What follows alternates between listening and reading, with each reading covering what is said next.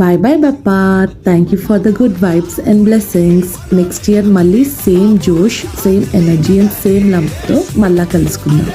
ఈ year బప్పాకి send off ఎలా ఇచ్చామో స్టార్టింగ్ నుంచి ఎండ్ వరకు మొత్తం సెలబ్రేషన్స్ పెట్టేశాను ఈ వీడియోలో. సో మిస్ కాకుండా ఎండ్ వరకు చూడండి.